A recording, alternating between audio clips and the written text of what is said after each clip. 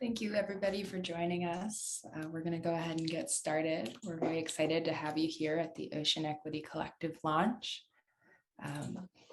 We are so excited to talk more about our coming to fruition as a group and kind of talk a little bit about where we see ourselves heading. One of our points, our baseline is accessibility, and part of that is having interpreters so that people who are Spanish speakers are now included. I think we need to mute. So we've got a couple of interpreters with us today from Sensoble. It's a nonprofit that focuses on language justice out of North Carolina. And we're so excited and thankful that they are going to assist us today. And so I will hand it over to Patty, who's going to give us some instructions and help Spanish speakers get into the Spanish room before we get started. Hey everybody, I'm going to do a little brief explanation about how the interpretation is going to work. This is going to be a bilingual call. So as Helen mentioned, we come from Sensonle Language Justice Co-op, and we're based in Azul, North Carolina, and we provide interpretation, Spanish, English to Spanish. So I'm going to do this intro in English and also in Spanish, so the Spanish speakers in the room can get this message as well. So, bienvenidos a esta llamada. Como ya ha mencionado Ellen, somos parte de Sensonle, una cooperativa de justicia de lenguaje basada en Azul, en Carolina del Norte. Hacemos interpretación simultánea en español, inglés, español. Y voy a estar explicando brevemente cómo va a funcionar la interpretación para aquellos que quieran escuchar esta llamada en español.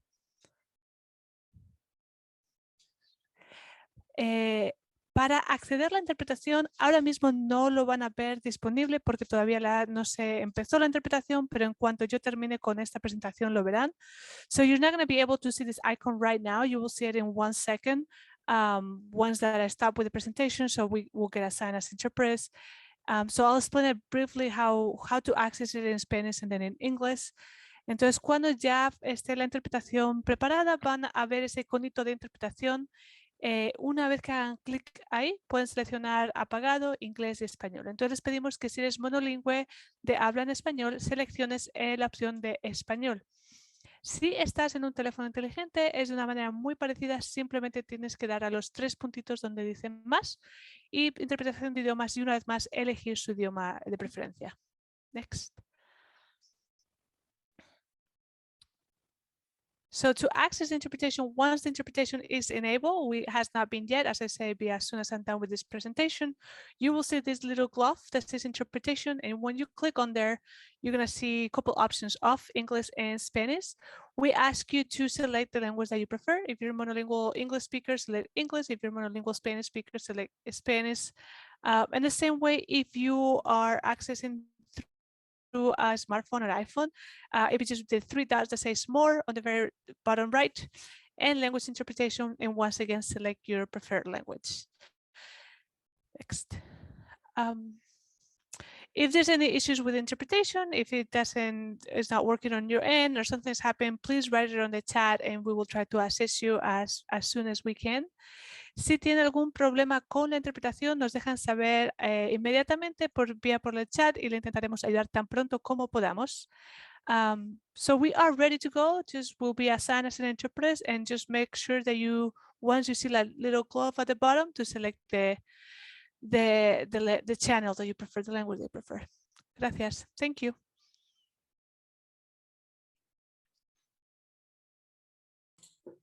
Thank you, Patty and Monse, for doing our interpretation.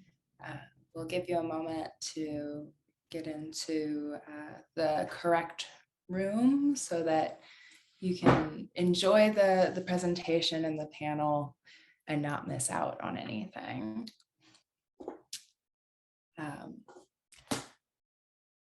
So before we open up for our panel and give a little background, we have Jane Ah, who is the program director of Aina Momona, and she is going to share a traditional opening chant in Hawaiian.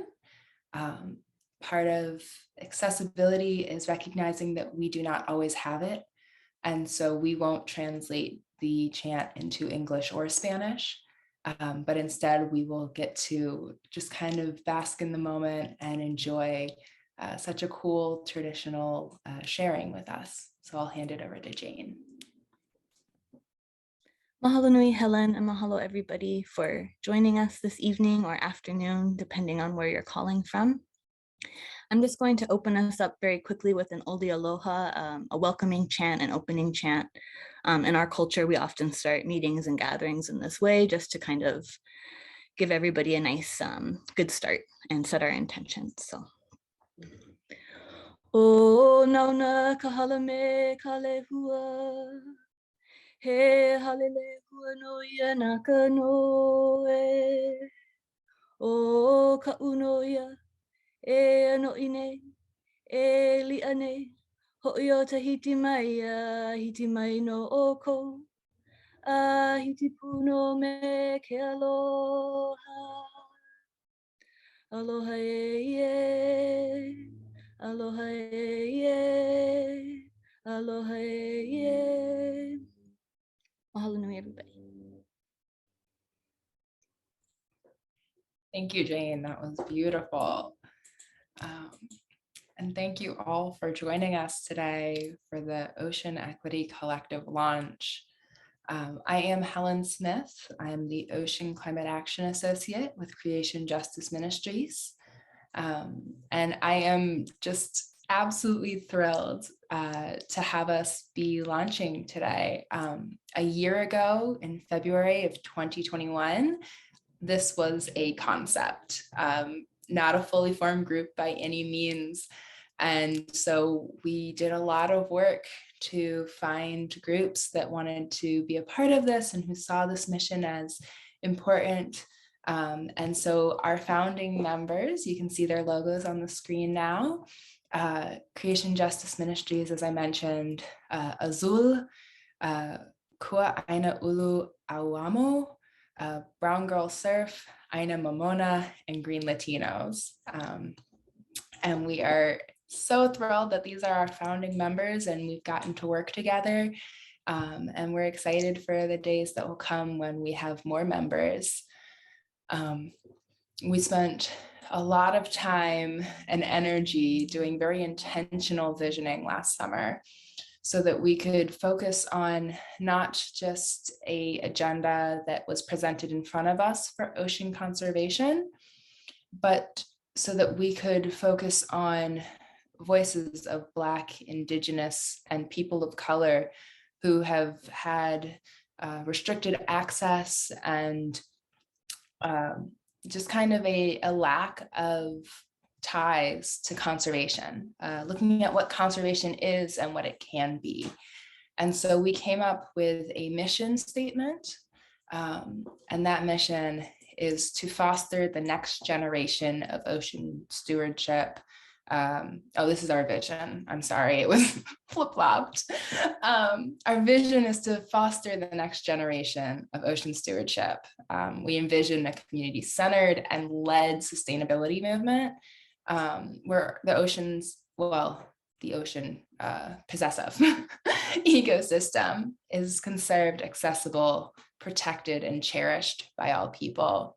And that flows into our mission, which is ensuring that all communities can participate in the protection and enjoyment of the ocean's ecosystems, requiring an addressment of current and historical inequities that have been built in the conservation movement. And our mission is to continue cultural traditions, to center communities, and to build and support this movement, including those who've been historically excluded, recognizing that many of those communities have been Black, Indigenous, and people of color, and wanting to center those voices so that we can have a more robust ocean conservation movement. So I am so excited for our panel tonight and to hear so many wisdoms and insights from our different panelists. As I said, I am Helen and I'm facilitating tonight. We have one of our members, Mariana del Valle Prieto Cervantes, who will be monitoring the chat and helping us with our Q&A when we get to that point. And we have the facilitator of our panel tonight, Carlos Ochoa. And Mariana is the Water Equity and Ocean Program Director at GreenLatinos. And Carlos is the National Policy Associate with Azul. So I will hand it over to Carlos now. Thank you so much, Helen. And thank you everyone for taking the time out of your day to be a part of this really exciting public launch of the Ocean Equity Collective. Like Helen had mentioned, my name is Carlos Ochoa. I'm the National Policy Associate with Azul. And I'm really grateful, first of all, to be with this panel here today. And I wanted to give a brief introduction to each of them. So with us, we have Karen Bigelow. She's the co-executive director with Creation Justice Ministries. Jane Au, program director for Aina Momona. Adriana Guerrero, the executive director for Brown Girl Surf. And last but not least, we have Kevin Chang, the executive director of Kua Aina Ulu Aamo. So with that, I wanted to get us started with a question that can really set the tone for the kind of variety and background that each of our panelists bring to this discussion. So first, Jane, and this is a question for each of you as well, but Jane, what is a cultural tradition of yours related to the ocean? Well, coming from Hawaii, we have many cultural traditions related to the ocean, but one that Aina Momona works on specifically is our local i'a, or fish pond system. We had a variety of different types of fish ponds. Some were in freshwater, majority were actually out in the ocean, though, along our shorelines. And it was a sustainable way for us to raise and harvest protein from the shores. So we fed the animals, fed the fish that we raised in the pond, and then sustainably harvest them by season, by type, as a way to feed our communities. And today there are still several hundred fish ponds, some intact, some not so much, that we're trying to revitalize back home. It's still an excellent way for us to feed our communities sustainably. So that's one of ours. Thank you so much for sharing that. And Kevin, as I understand, you and your organization are also in Hawaii. So if you could also provide to us a cultural tradition that is related to the ocean. Well, generally, we believe that the practice of Molama Aina through community-based management and natural resource governance is embedded as a right in our constitution as a state. However, in terms of ocean practice, some of our founding communities are often called Opelu fishermen. They fish mackerel, but they have a different relationship as fishermen for subsistence in their families called ko'a. Ko'a is basically what the fishermen do is they go out into the ocean and feed the fish and build a relationship with the fish that one day they will catch. And in that sense, build fish aggregation sites and have what they call seasons of kapu. So seasons where they don't fish, but go and feed, and seasons where they do and go and harvest. So that's a tradition. Mahalo. Thank you, Kevin. And now we're going to bring the conversation to the mainland here. And first to the coast, Adriana Guerrero, if you could please share with us a cultural tradition of yours or of your organization with the ocean, I would appreciate that. Yeah, something that we do at Brown Girl Surf, how we open every program, is with our Humanifesto, and there's a specific line in it that we have a motion to. It's respect and love for the land and sea. So we'll point to the land and the sea, and that kind of ties into my own personal tradition that I have when I am in the ocean or at the beach, is just kind of closing my eyes and just being super present and giving gratitude for being in that space with the ocean. So that is something that I practice, and we often do that as a community. Sometimes we'll share it together, or we will just say it in our hearts. Thank you. Karen? Hi, everyone.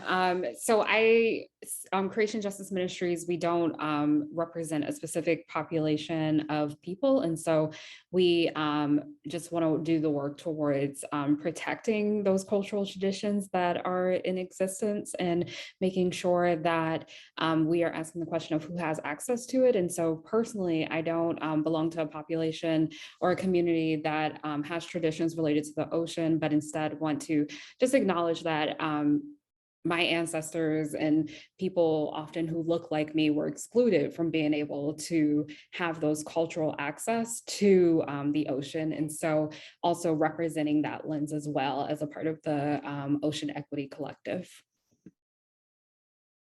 I really like what you added there, Karen, especially as it relates to specific issues regarding access or specific issues regarding populations that have been excluded or have been harmed by particular policies and practices. So that, I think, leads us well into the second question we have here for the rest of the panel.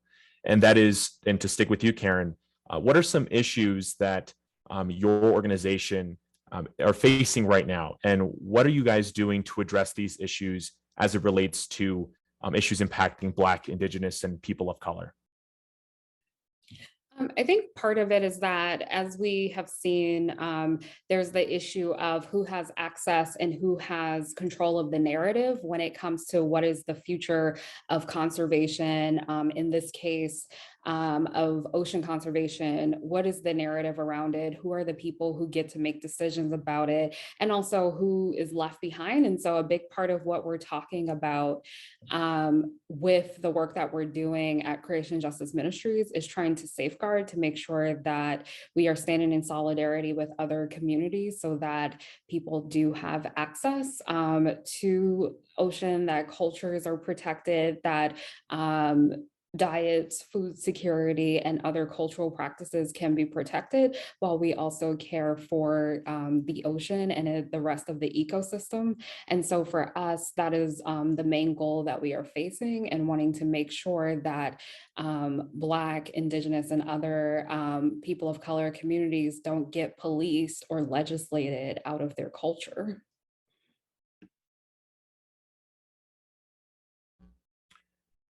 So on that note, when we're talking about access, Adriana, could you touch on some issues that your organization is working on, either to address inequitable access, or more importantly, to touch on other things that the organization is also trying to tackle as it relates to communities that you guys are working with? Yeah, definitely. I think that there's two issues that Brown Girls Surf we address. I think to echo what Karen had shared around access, and then also the representation, right? And that is how Brown Girls Surf was founded, was due to the lack of representation in the lineup for Hannah Huck and Mira Manick and Shirley co-founded Brown Girls Surf. And so, at our community, we understand that people of color, particularly those that identify as women and gender extensive folks of color, face inequitable access to California's beaches, the ocean, and surfing. Persistent inequities across race, including housing discrimination, have created barriers for people of color to reside near coastal areas or have ample access to these areas, what Karen had also mentioned. And so some of our participants have never even been to the beach. Like, I live in Oakland and haven't crossed the Bay Bridge, and it's not that far in terms of miles. And our participants come from communities that have been heavily affected by racially targeted policies, which discourage people from experiencing outdoor spaces, such as historical racial segregation and redlining, that have disproportionately placed public green spaces in white and/or wealthy neighborhoods. And so some of the ways that we address the access barriers is, we remove the financial, the physical, the logistical barriers to accessing the ocean and the sport of surfing. Now, that's very expensive. We provide all of the gear, and previously, before COVID, we were able to carpool and get people to the beach as well through our programming. And so that's been something that we've also adjusted since, due to COVID. We provide reimbursements for anyone that needs toll payment, to gas, to mileage, perhaps a car rental, gig share. We ensure that people can get to the beach. And then lastly, around the representation, our response is to create a surf culture, a joyful surf culture, very joyful, in our own images, right? In the Bay Area. And Brown Girl Surf, we create the narrative, as also Karen had mentioned, and it brings together role models, nurtures leaders from 9 years old and up, to reclaim and to celebrate our relationship with the ocean. We host joyful community surf days, on-land events and trainings that strengthen the community of ocean-loving people in all the ways that we take care of it, because we do believe in living in reciprocity with the earth. Because for us, the ocean is such a joyful place, and it's also a place of healing. And so we do our part to take care of it as well. Thank you so much for that. And one thing that really stuck out for me in your answer there was how you're talking about people and populations who are being denied access. And then you brought up how some people have inherent connections to land, right? And I think that ties in well to Jane and Kevin, your organizations and your work, and the kind of people that the communities that your organizations are representing. Can you touch on some of the issues that your organizations are working on and how you're trying to address them, especially as it relates to Native Hawaiians and to community-centered issues in the Hawaiian Islands? Either of you can start. Sure, I'd love to start. Our group, as I mentioned, has been working at a local i'a, a traditional Hawaiian fish pond, and that's one of the key issues that we're working on today. We do have a streamlined permitting process for local i'a work, which is a new process in our state, which has helped significantly in getting more Native Hawaiians into these spaces to restore them. But because of past mismanagement in the ocean sphere, mainly overfishing, the natural stocking of our ponds has become a very difficult challenge for us.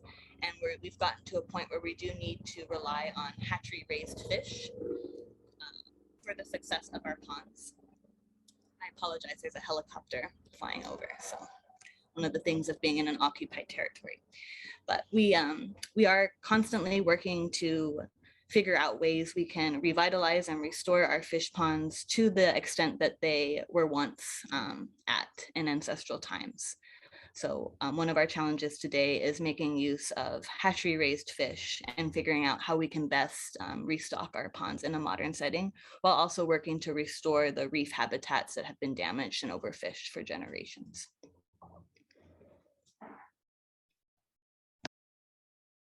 Oh, I guess me. Well, our name, Aina Ulu Awamo, means grassroots, growing through shared responsibility. Our acronym KUA means backbone. I think our name captures the reason why we exist. But in terms of things we're currently working on, I would say from the bigger picture, before the United States came to the shores of Hawaii, there was already in place a governance system for the people that was much more place-based and localized in many ways, especially in regards to the management of our environment. Our organization was founded by a network called Ealupu, which means to move forward together. Ealupu started when Native Hawaiian rural fishing communities wanted to bring back traditions of place-based governance because of the absence of government in their fisheries and the abuse of those fisheries. And so one of the primary drivers in a lot of our work is around building governance at the local level around natural resources, especially fisheries. But our communities also have a vision that goes beyond the ocean and touches to the mountaintops. We call this a Mauka, Makai vision, Mauka being mountain, Makai being the ocean. And that system is often referred to as the Moku or the Ahu Pua'a governance system. Another network that we facilitate is the Hui Malama Loku'ia, which Jane, the work that Jane is doing is very pivotal to that network. And a lot of the conversations revolve around bringing back indigenous aquaculture as a catalyst for reviving our nearshore resources and feeding our own communities. And then our third network is called the Limu Hui network. Limu is seaweed, Hui meaning group. They are a group of about 60, mostly kupuna or elder community seaweed practitioners wanting to bring back the practices, the existence of seaweed and the various uses, whether they be cultural, dietary, or spiritual. Thank you. Thank you, Kevin. One common thing I'm noticing in a lot of your responses is the word community, and more importantly is really trying to find solutions that are reflective of the sentiments, but also that accurately portray the views and the positions that those communities have, especially when it comes to ocean conservation. And this is something that Karen, you touched on to start that previous, to start the conversation on the last question. And I think it ties in well into our next question here, and that is, how does narrative affect communities specifically as it relates to the work that you do?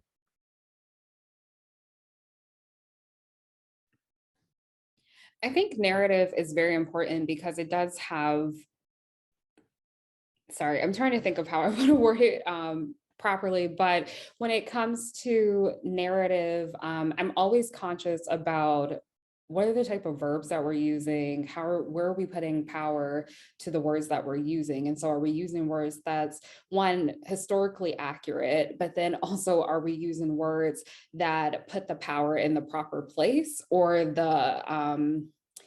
the onus or neglect in the proper place as well? And so making sure that our narrative is one where we're not disempowering ourselves, but instead making sure that our narrative is one where we take ownership of what power we do have, but then also not, for example, if we're excluded from something, or there may be narratives that say, you know, Black people don't do X, or Black people don't do swim. Well, the narrative is really Black people were excluded from ocean spaces and other water spaces. And so therefore, it has become harder for Black people to have the space to be able to learn how to swim. And so making sure that we have narratives that then don't make it seem like Black, Indigenous, or other BIPOC people are lacking or without, but instead making sure that we're telling a narrative that is placed accurately in history, and then making sure that we're giving ourselves the power that we have, so that we don't always seem like we're always having to get a savior to come help us, but instead knowing that there is power, there's resources, and there's collective energy within our communities. And I think that's why narrative is so important, because it really shows where the energy is and where the power is amongst people. Absolutely. And I can't help but think about the work that Azul has done on this exact realm as well. And, you know, one thing that you had mentioned, the power that people already have, right? And when I think about narrative and how it affects the Latino community in the context of my organization and how we approach projects, you know, we're looking at it from the lens of, what do Latinos already think about certain issues, and have they been mobilized yet on those issues?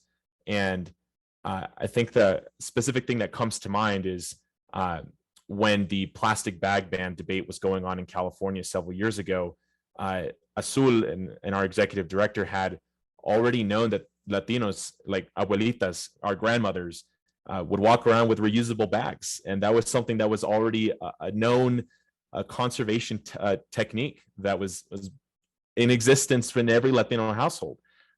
But mobilizing the power that those communities have to try to leverage the debate to push for a plastic bag ban, I think is really reminding me a lot of what you're just talking about. Adriana, could you add to how you think narrative affects communities? I understand that your organization is based in California as well, and I'd love to get your take on this. Yeah, I think one of the things that we're doing at Brown Girl Surf, you know, is we're working to shift the white male dominated surf narrative. You know, when you hear the word surfer, I'm sure that blonde, blue eyes, and a man are some sort of image that's going to come to your mind, because that is what the media has shown us over time. And I think first it's important to recognize and to acknowledge that surfing is an Indigenous sport.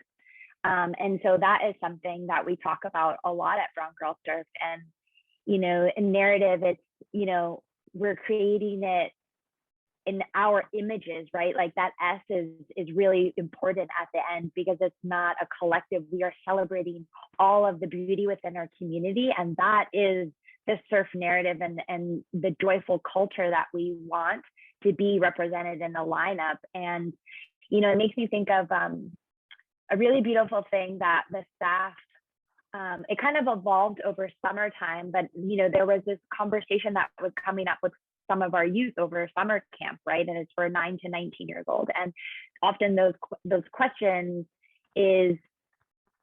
questions or thoughts around like, I never see anyone that looks like me. And that is so intentional. Part of our programming is from volunteers to staff, is that they see themselves reflected in the people within the community. And so the staff created this huge life-size like history of surfing. And it was really intentional about the imagery and the images until current day that they shared with the young people, so that those folks could see themselves represented in the history of surfing. And that makes me think of one last thing to add, is that it's super powerful for me. And I cried when we got the summer camp results, because one of our questions is around our young people, you know, pre and post. It's thinking about, do you see yourself as a surfer, right? Do you see someone who looks like you, and do you call yourself a surfer? And I would say almost 90% has increased, and they identify themselves as a surfer. So having that shift over the time in their relationship with the ocean, and they're creating their own narrative through that, through the community and the conversations, and through their own experiences that they're having, versus what, you know, the media and movies have told us of who is a surfer. And so those are some of the things that we are having in conversation, and we continue to challenge and push up against, not just in surfing, but also who is an environmental educator, an ocean conservist, a scientist, right? We follow a very peer learning model where everyone is teaching each other about things and their environment. So we're having multiple conversations on the narrative level.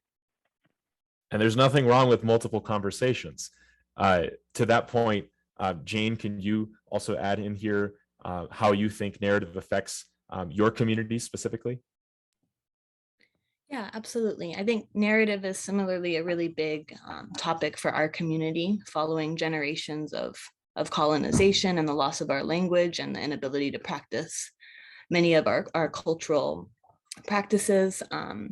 We experienced several generations of really not being able to tell our own stories, of not being able to speak for ourselves, whether that was in scholarship, where white scholarship was prioritized over Hawaiian scholarship, or even in the media, where our home is constantly portrayed as this perfect paradise where there are no problems. Meanwhile, our community on the ground is struggling and suffering every day.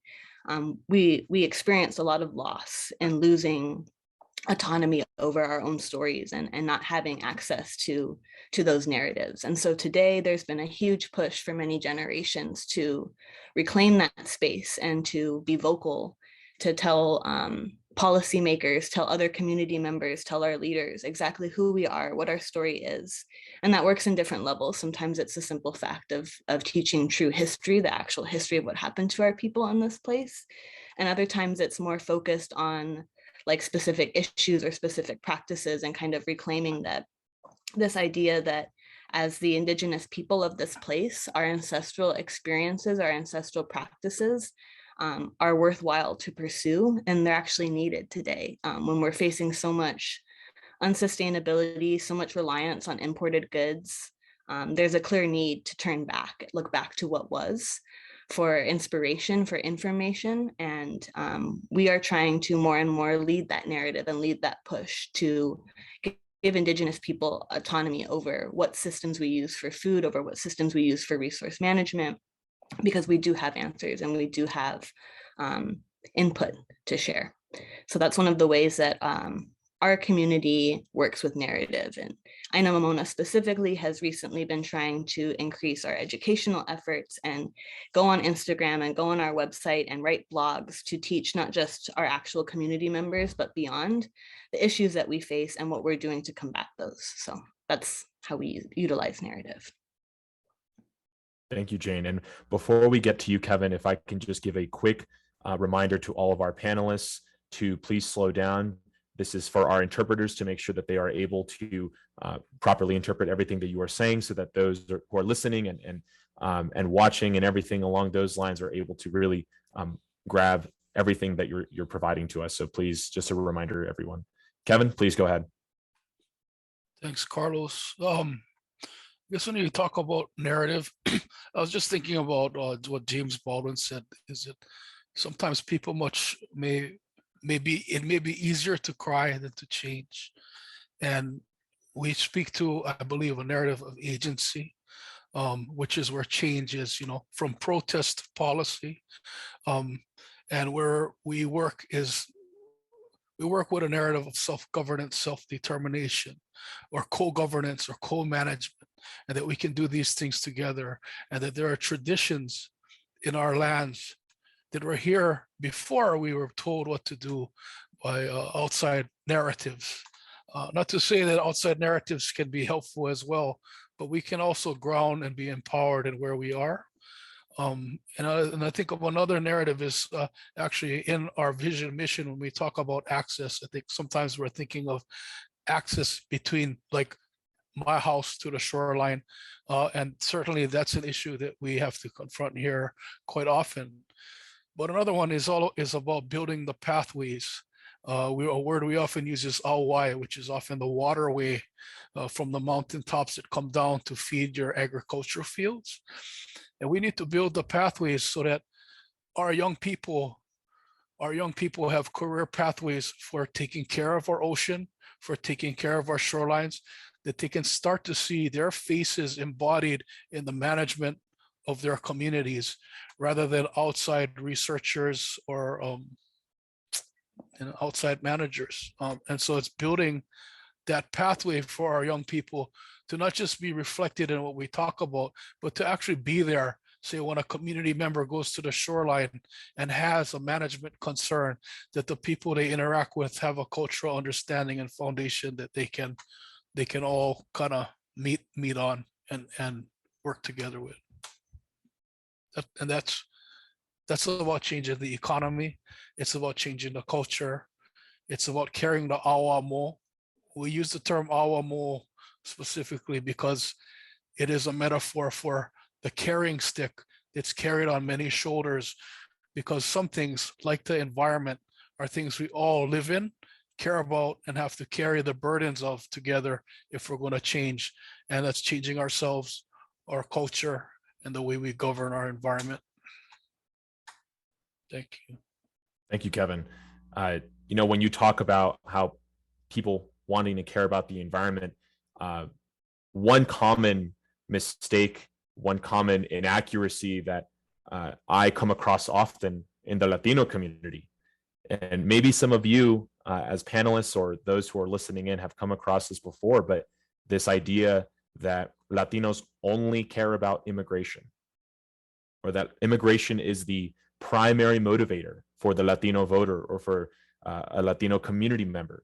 And oftentimes I'm shocked when I hear this, because that narrative affects how policy ends up getting influenced and how policies get designed and advocated for.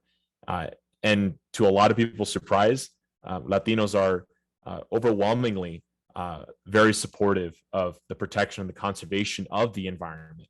And so with that, I do want to bring the discussion away from communities and people down on the ground, and to shift the conversation to something that impacts us as professionals in the environmental conservation community, and specifically how it is incredibly important for all of us to have space for Black, Indigenous, and people of color. And so I want to ask you, Jane, to start off here. Why do you think it is important that Black, Indigenous, and people of color have their own space within the ocean conservation movement? Thank you so much. I think one of the reasons why it's so important that we have our own space in the ocean conservation movement is that historical experience of being marginalized or kept out of it. All people have relationship to the ocean. I think even if you live, totally landlocked, there's something about the ocean that when you first do see it, when you first do experience, it's special and it's meaningful, even if you don't have those cultural ties to it. But I think especially if you do, and you've been removed from the authoritative position on what gets to happen to those spaces, you lose so much more than like the bounty of the ocean or the well-being of the ocean. Cultural practices are lost, linguistic customs are lost. There's so much in our cultures that keep us together with our place. And when we're removed from those places, there's so much damage that is done. And so today, as we try and rectify that, especially given the current climate crisis, and we're seeing all this huge decline in reef health and ocean health, it's really important that we come together to this. It's not going to take any one group's solutions or any one culture's solutions to solve this crisis. We're going to need to really join hands and see everybody as an equal participant in this, see everybody's information as worthy in this. And it's going to take a group effort for us. And looking at the global pursuit for conservation widely, it is BIPOC voices that continue to be marginalized and continue to be outsiders to the subject. And so for me, as we continue this pursuit, one of the biggest things to reclaim is that space for us, because that's something that's missing, whether in the United Nations or our own state and municipalities. We need to ensure that there is a space for us to step up and share what's been lost and what's been left out of that dialogue for generations. Karen, when you had talked about in the first question, the first response to the first question, that for you, your organization doesn't necessarily represent a specific cultural tradition, but it's still trying to represent people who look like you. And I think that this is a particular point that I really want to hone in on, because for your organization and for what you're trying to achieve, why do you think it's important for people who look like you, for people who look like us, to have space in this community? I think it's important for all the reasons that Jane said. We need to be able to have a space that doesn't have a narrative that is, filtered through a white male narrative, as Adriana put it earlier. And so I think it's important for us to be able to have that. I also think it's important for us to be able to have community with each other. I think the beauty in this space is that we can learn from each other while also being able to learn, and then we can, in essence, create narratives that will be anti-racist, because then we're able to create narratives where we're able to truly understand each other and the different populations that we represent, while not undermining each other's efforts. And so I think that's why it's important, because we can have conversations and we're able to do it in a way that is authentic to the different populations that we all represent or are a part of ourselves. Kevin, could you add to this as well, please? Shucks, okay. I guess maybe another foundation more for my thinking is sometimes when people think about or talking about spaces, like we're talking about some space that one day it does not embody what I think Martin Luther King called the beloved community. I think of those spaces as things that we have to grow, and sometimes to build strength to reach out and to build community that way. Another metaphor we use in Hawaii is the idea of a kipuka. Kipuka is a word for often like an oasis, a green spot in like a desert, or like when a volcano erupts and it lays waste to the land. Slowly over time, kipuka grow, these green little oases where the seeds give birth to life again. And the communities we work with are often the communities that still hold on to some of the cultural traditions that I think we need to help lead our future around governing and caring for our islands. And so it's important to kind of rebuild and to create places that can become regenerative. But you can't do it all at once. And then when you build, like say, certain kipukas are spread across the landscape, as they grow, that green spreads, yeah, and pretty soon it's the whole landscape. And so that's how I think of it, as spaces to grow and to grow from. Thanks. Adriana?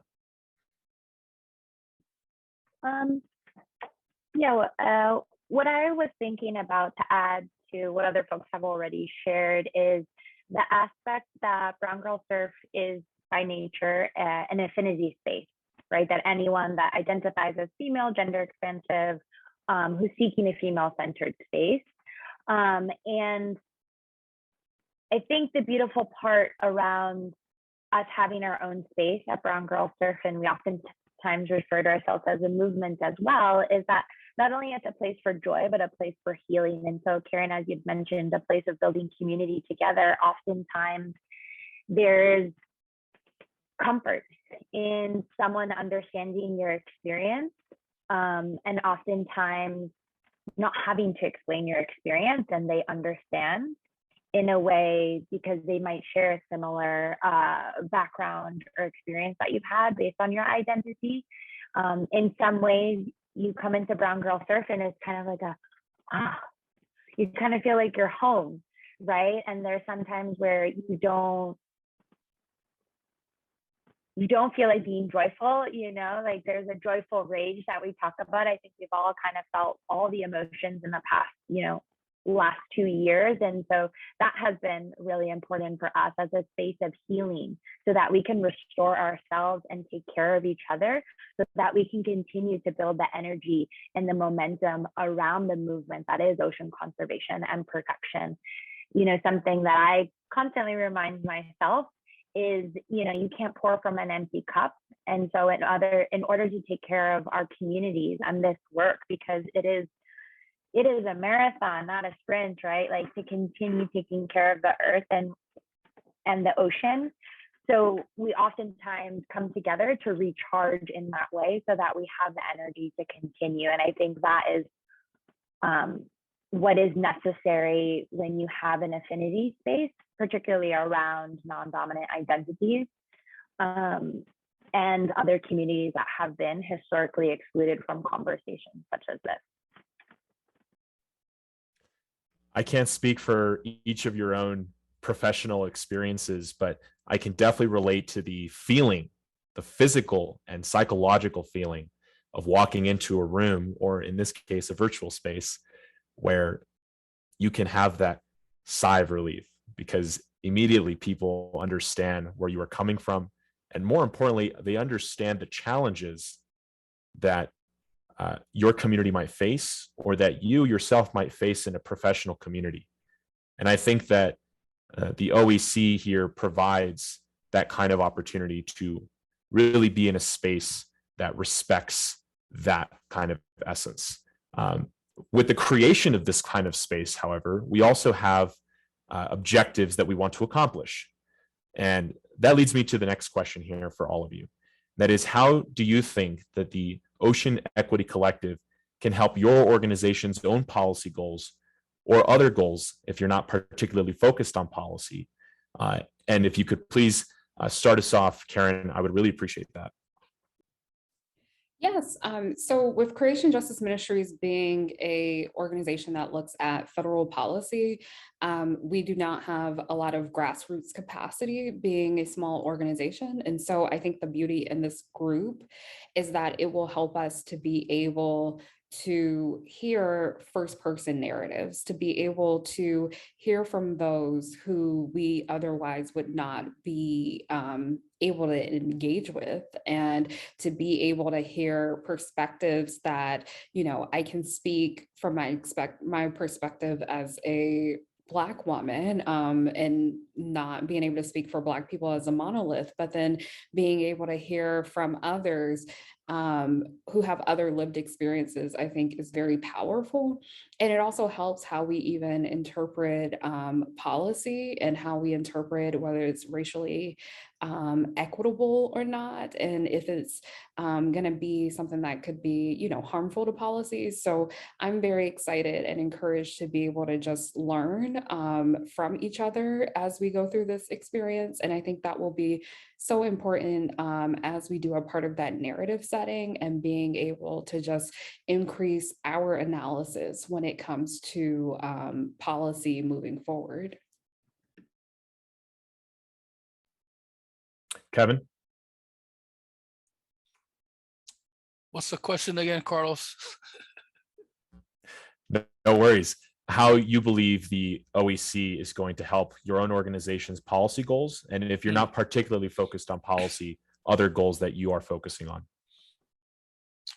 I think anytime we've been ever able to reach out, and most of our outreach has been internationally, Jean could probably talk about it as well, but there's nothing like finding a commonality and speaking together in being empowered together as we have on the international level with indigenous people and local communities. And we've seen that that has have impact. In fact, when we came back from what's called the World Conservation Congress in France last year, the White House then issued a memo to all of its administrative agencies that they should take into account the traditional and ecological knowledge of the indigenous people in the states and territories throughout the United States. And so, you know, that, sorry, that's my cousin calling. So that, sorry. So the idea that we can reach out now and build a voice at the national level, at least in the current time we're in, I feel there are certain changes and opportunities we can speak to and leverage together. And I'm very excited about maybe one day seeing some of the people I work for with all of you in DC speaking as one. Thank you. He can wait, Kevin. He can definitely wait. Jane, could you add to this conversation as well? Yeah, absolutely. Kind of piggybacking off of what Kevin said, I think for groups like us in Hawaii, we come from such an isolated area. There are a lot of efforts on our part to participate in other, conservation movements and groups, particularly like the United Nations and these international spaces. But that's not the same as working with your own community or working with people who are like-minded in your own community. It can actually be very disheartening to enter those bigger multinational national spaces where you're not seeing yourself represented and you're not seeing the types of solutions that you and your community are seeking. But in OEC and these kind of BIPOC-led groups, you do see that. You see a clear plan, all different informed from different cultures, from different backgrounds, but there's that unity and goals, unity and stewardship and management. And so it's, I think, easier for us to see a path forward for our type of solutions and our type of work.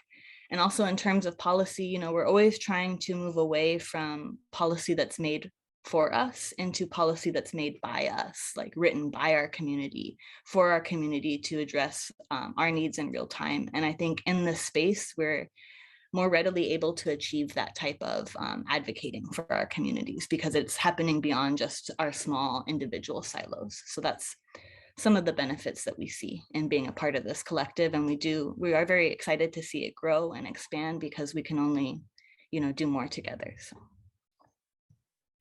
That really reminded me of something I had seen on LinkedIn earlier today as I was promoting the public launch for this event. And that was a post that said, if it's about us, it must include us. And I think that really accurately reflects one of the many motivations that this collective has, that is to write, as you, Jane, had put it really eloquently, solutions that are really at the heart of our communities. Adriana, could you finish off on this question and add to what you believe the OAC can do in terms of your own policy goals or other goals as well? Yeah, I think one of the things that's super exciting about being a part of the collective is being and working directly with organizations like that Karen represents, because they work with federal policy. Brown Girl Surf has never been directly engaged or have had input on federal policy.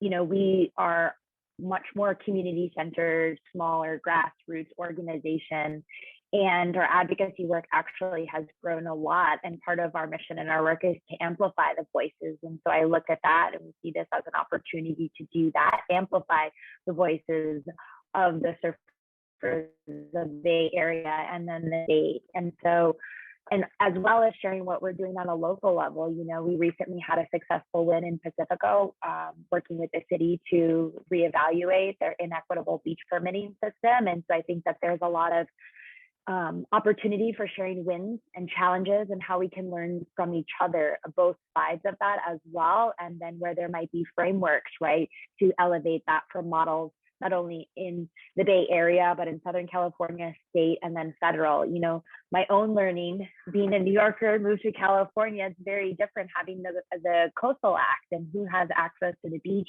when and how much you pay. And then coming from California and surfing in New Jersey over the summer was like, wow, thank God I know a lifeguard, because otherwise I wouldn't be able to go on the beach right now. And so those are the kinds of things that we want to bring attention and awareness to, is those small local levels, and to really call out and name what's happening through a federal policy in the future around coastal access, because that will and does directly impact our communities in the past, current, and future.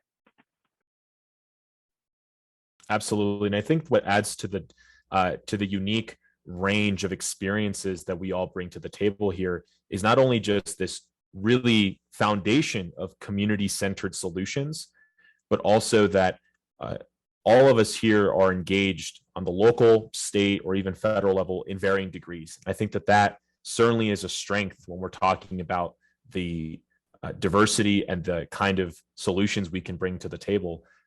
When speaking for myself and for Azul as its national policy associate, you know, we started in California and we're still engaged in California, but now we're focused a lot on federal level policy as well. And so we see the Ocean Equity Collective as certainly an opportunity to be with like-minded individuals, like you had said, Jane, and to really bring together all of this variety of perspective and expertise to either elevate each other or to communicate with stakeholders, and to continue the kind of work that here at Azul we're really focused on. So that is the end of our substantive questions, but it wouldn't be an opportunity for anyone here to not really get to know us if they didn't hear some answers to more lighthearted questions. And so to finish off here, before we head to the Q&A portion from the chat, if I can get us started with Adriana, what is a favorite memory that you have with the ocean? I love this question, and it's also the hardest to answer sometimes because I have so many different memories. But the one that sticks out the most to me is, well, it's important to understand I joined Brown Girl Surf in March of 2020, so during the pandemic. And since then, it has changed my life personally and professionally. My relationship with the ocean has immensely evolved, and so much has to do with the community, my team, my staff, you know, Mira. And so I think about this one time, we're supposed to have program down in Half Moon Bay on a Wednesday, and I was just going to go to participate, to work and practice my surfing because I'm a forever beginner. And program had to get canceled just due to enrollment. And so I was already hyped up, had the wetsuit and the board, and said, you know what, I'm going to go down to Half Moon Bay and I'm going to surf today. And I was there by myself, suited up. It was the first time I was doing this by myself. And it was around sunset. And I just remember the first time that I stood up by myself. And it was an epic sunset. I started crying because it was just so emotional. I was also so proud of myself. And of course, being the like natural competitor I am of myself, I'm like, okay, I have to do it again until I do it perfect. And so I'm just paddling out, super cold, but I keep doing it. And it was just like wave after wave after wave. And it was like every smile got bigger. And that is one of my favorite memories, just because it totally encompasses the experience that not only that I have, but I have the privilege of witnessing every time that I'm in program. Karen? I would say for me, as I mentioned earlier, you know, as a Black woman, my ancestors have not always had the access to it. And my grandfather being one of those people who will be 92 soon, but he wasn't born with the ability, you know, with the right to be able to go to these spaces. But one of my favorite things as a child was that we would always go to the beach every summer. And so being in DC, we don't have it immediately available, but we would always do a trip. And so I just remember going to the beach and looking for seashells and trying to like jump the waves as they came into onto the shore. So that's my favorite memory, is thinking about road trips with my granddad to be able to go to the ocean. Kevin? Probably the earliest memory is probably like when I was younger. My mom was I guess we'd call a grassroots local reporter. She's probably one of the last in Hawaii. She used to take me, if you can believe it, on her back and take me to meet with farmers and go to different community events. But one that has always stood out to me was a family here where I live called the Kaluhiva Ohana. They were doing a lot of work to grow seaweed. They were already just taking action to do that out in the ocean here, right down the road from me. And my mom used to take me there, just walk the shoreline. I used to, you know, pick seaweed with the family down there. Jane? I think my favorite memory of the ocean is the first time I ever swam in very deep water, which I'm very fond of. Used to work at the Haleiwa Surf Center. We would do like ocean recreation activities with kids, so teach them how to surf, teach them how to sail, teach them how to dive. And one day our group got canceled, so we just got a free day to play in the water, and we paddled our canoe, our double hull canoe, all the way out to the mile buoy and jumped into the water, and there were dolphins, spinner dolphins out, and it was so deep. When I looked down, I couldn't see anything. It was just black. And it was so powerful for me. I really realized the depth of it, and just kind of took a moment to connect with, you know, depth of self, depth of the planet. And it just really stands out in my mind as a time where I felt so connected to the ocean and was really struck by how fabulous and amazing it is.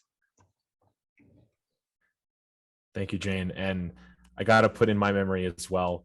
You know, back when I was in high school, my father had just gotten released from prison, actually, and it was in Mexico at the time. And basically, I got in contact with him and I said, you know, I want to go see you, and let's get my brothers together and let's celebrate and just have a good time. And he suggested, why don't we go to Puerto Peñasco, which is a well-known town in the Gulf of California, in the Mexican state of Sonora. And so we went there, and I remember we got to the plaza, where it's kind of like the town center where everyone goes to hang out.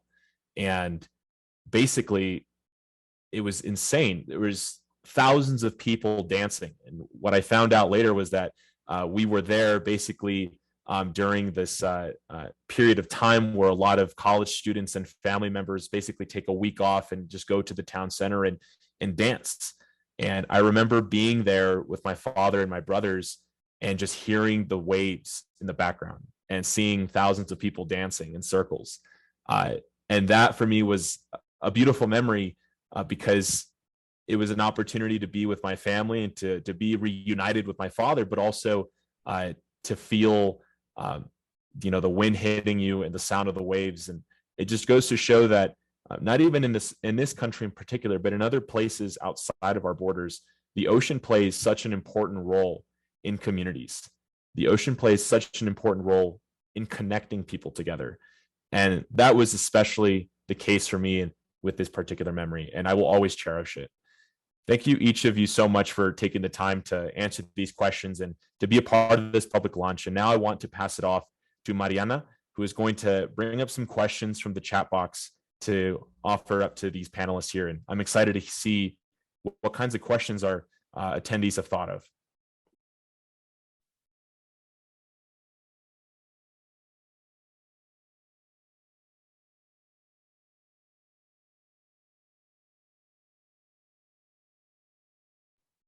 I am not able to hear you at the moment, Mariana, just to let you know.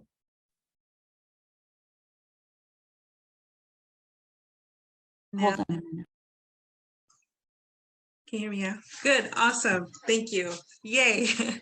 But yes, thank you, the panelists, for really sharing your perspectives.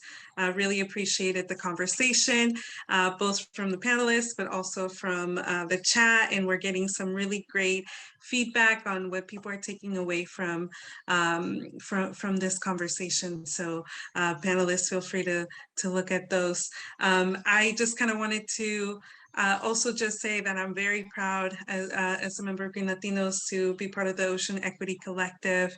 It is really important to center en comunidad in the ocean protection movement. So I'm glad to be doing this with all of you. And just I also want to share my favorite memory when it comes to the ocean. I was born in Mexico and came here when I was really young.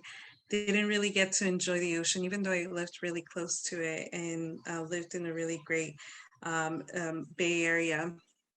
But it wasn't until I had my own children and became a mom of dos pollitos, my two little, call them my little chickens, my little pollitos, my little children, and seeing their joy, putting their feet into the ocean, and not only their feet, but just kind of diving right in and enjoying it. And I think for me, that's always been a really great memory.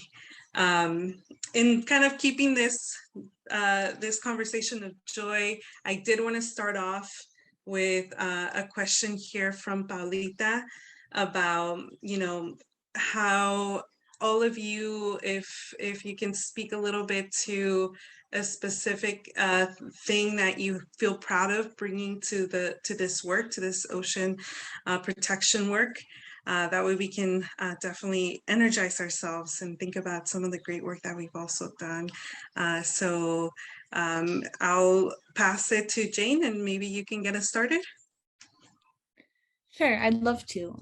But the first thing that came to mind was actually some of the personal work I've done, not necessarily with Aina Momona. In 2018, I did my master's thesis in the religion department at the University of Hawaii at Manoa, where I wrote a thesis on Kanaloa, who's the primary ocean deity in our culture. So in our pre-Christianity belief system, Kanaloa was our ocean deity, and he's been a very misunderstood deity, but I did research in Hawaiian language archives to kind of reinterpret and re-understand who Kanaloa is, and by virtue of that, how we understood the ocean realm from a religious perspective. It was really, I don't want to say groundbreaking work, because that's not very nice to say about your own, but nobody had researched this topic so thoroughly before.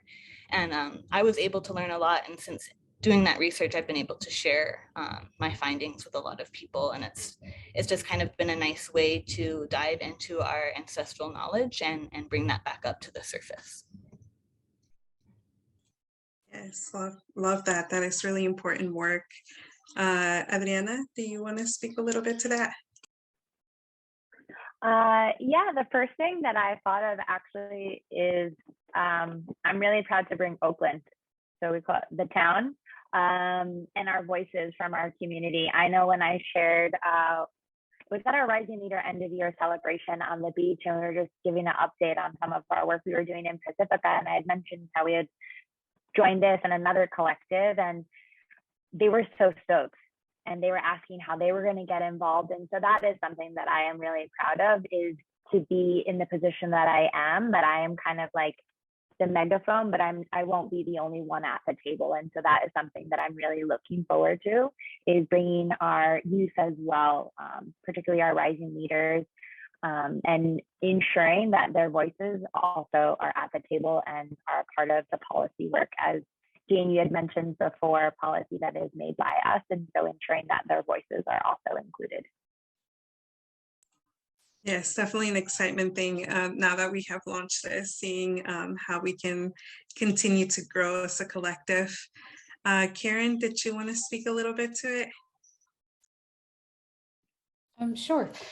I'm excited about being able to use the work that I've done in the past to look at racial equity, and I'm very excited to be able to just learn from everyone else. And so being able to bring my own skill set and knowledge to the group while also having the humility to also learn from everyone else as well. Yes, definitely. And what is something that you feel proud of that you brought to this work?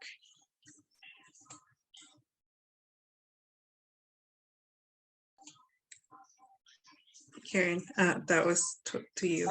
Okay.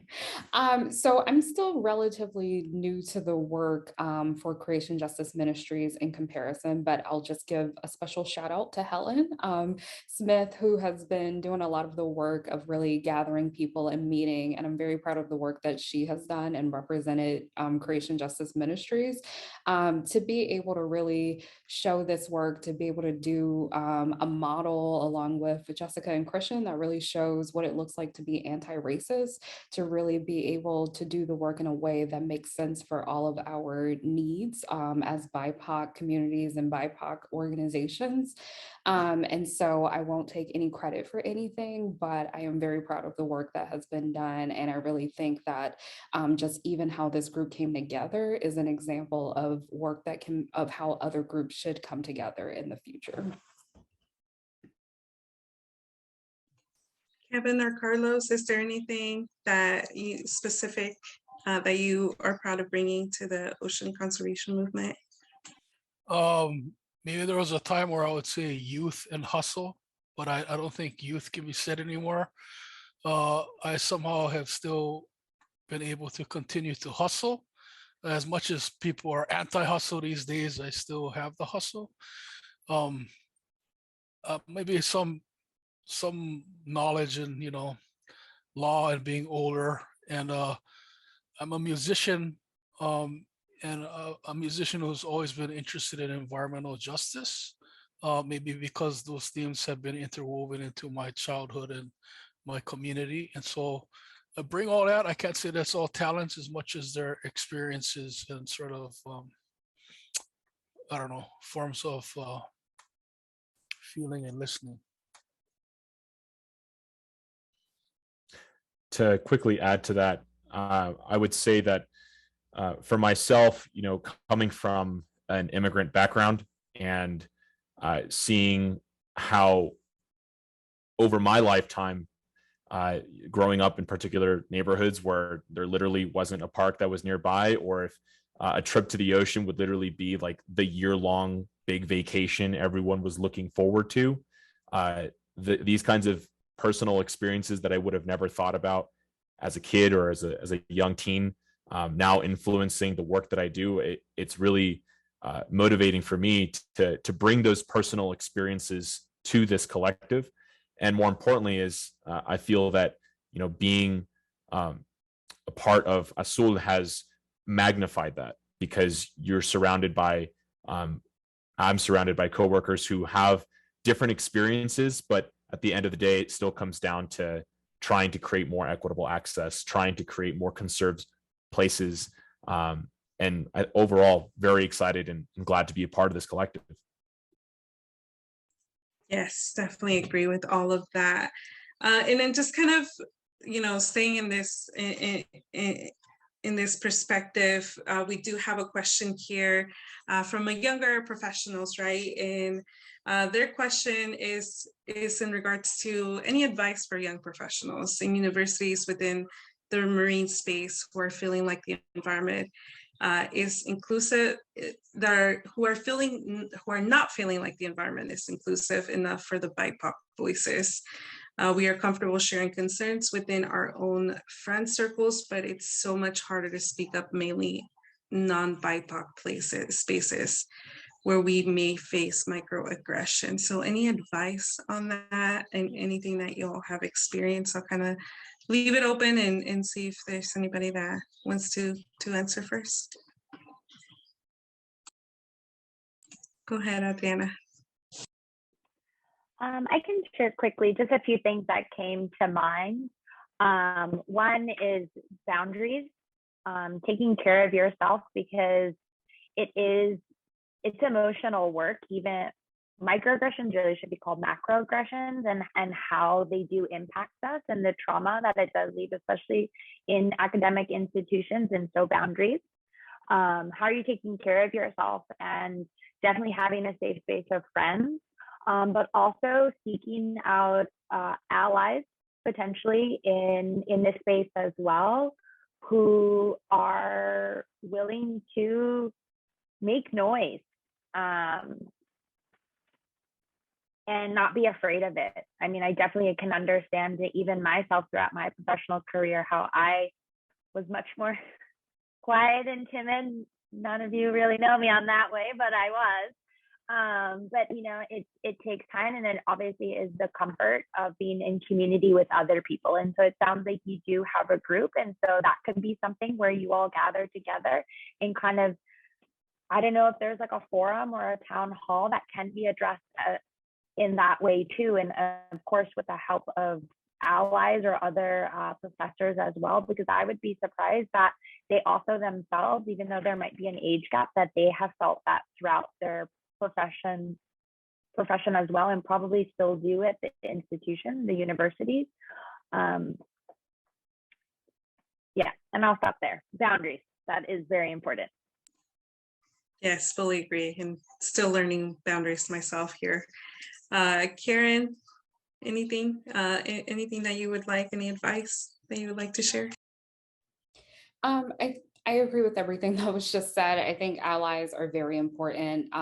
When I've had experiences in past work environments, sometimes we had to, as other BIPOC or people who are allies, we had to back each other up. And part of it is that sometimes we had to have conversations beforehand about how we were going to help each other.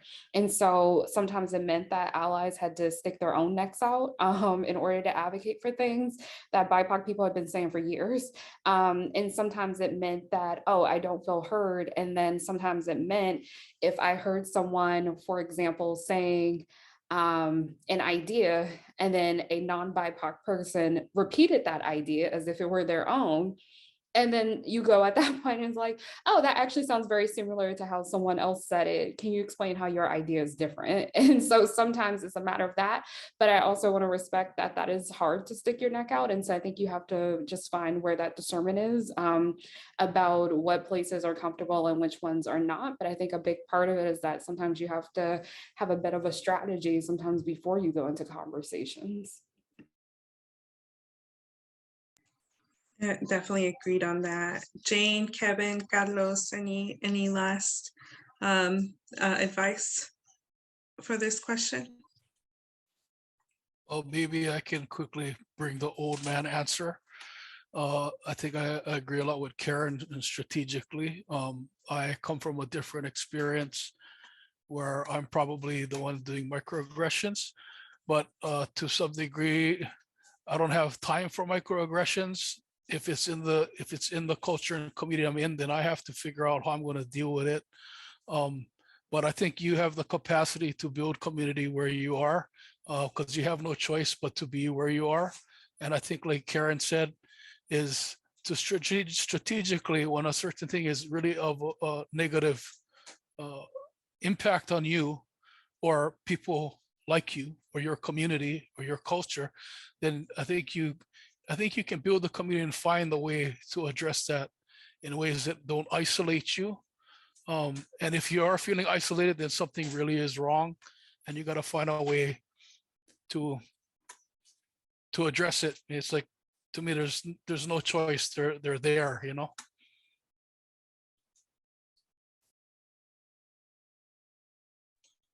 Jane or Carlos?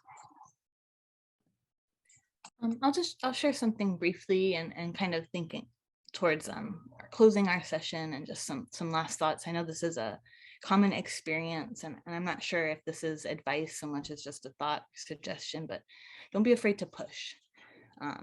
There is no environmental justice without social justice. A lot of times you enter a space and they make it seem like they're two different issues, but they're not. Don't let anybody forget that. And last time I checked, I think I'm the youngest in the group here, so I'll finish it off. Hopefully I have as much hustle as you do, Kevin, but you know, as someone who is still new to the ocean conservation movement, especially being around people who've been involved for a decade, even longer. At the end of the day, to touch on what Jane had mentioned, environmental justice and social justice, one thing that I remember, I really am struggling to remember exactly who had said it, but it stuck with me. And that was, when you walk into a room and you might be the only person of color in that room, and immediately you can sense that that disconnect and experience that disconnect in background, and you feeling like you don't have the qualifications or the connections or the degrees or the internships, all these different things that you feel like don't put you to the same stature as the people you are talking to or meeting with in the room. I think for me, it's important for you to remember that you're walking in that room with a lot of weight on your shoulders.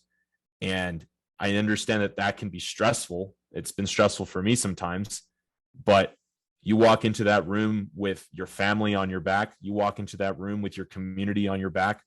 And although that is heavy, it's a reminder that what you're doing is good work. What you're doing is meaningful work, and this work has to be done. And you have to push, and you have to advocate, and whatever happens, happens.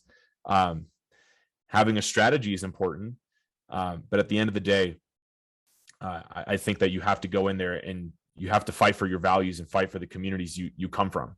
And I think that's kind of lifelong advice that I'll always take with me. Yes, thank you all. Great advice. I'm pretty sure I'm going to take some of that advice as well. So thank you for that. You know, just we're wrapping up now. We have a few minutes left, and I'm going to go ahead and pass it to Helen in just a minute here.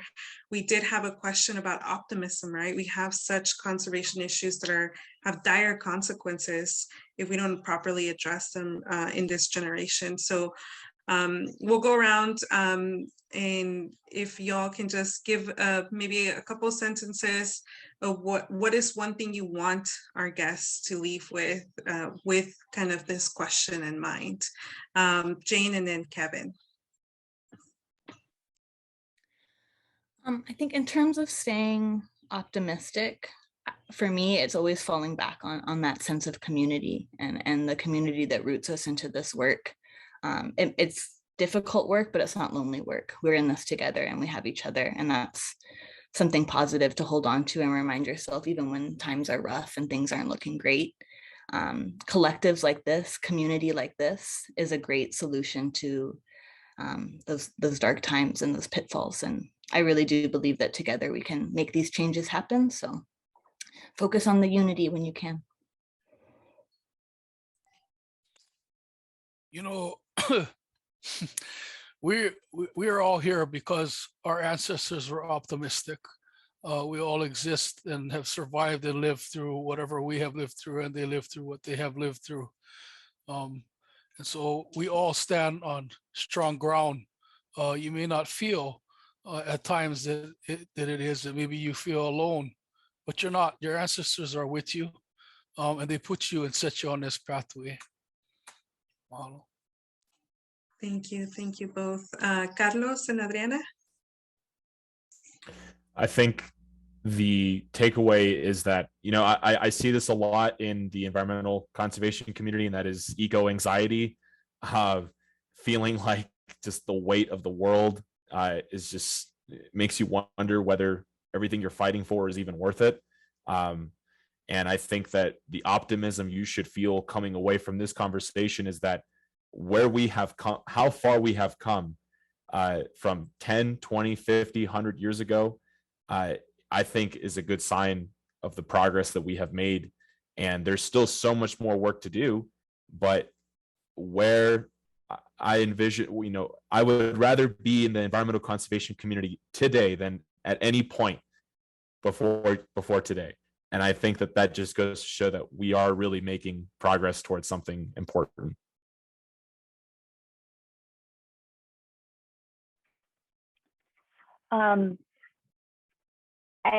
In terms of optimism, I always think about Mira, our former executive director and co-founder. She used to remind us, especially during 2020, that joy has been and will always be Brown Girl Surf's superpower. And so I offer this practice to you all in those times when you need some optimism, is to center joy and give yourselves permission to experience joy while doing this work, because it is heavy.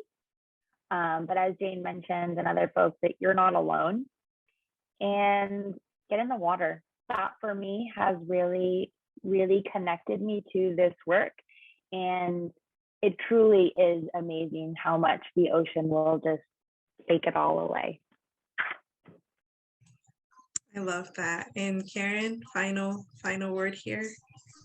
Yeah, my optimism and what I want everyone to come out of is that we exist. We're here, and together we're able to create a new narrative. And from that, I'm optimistic that policies will change, that we will have a future that is more designed to reflect the will and the needs of our communities.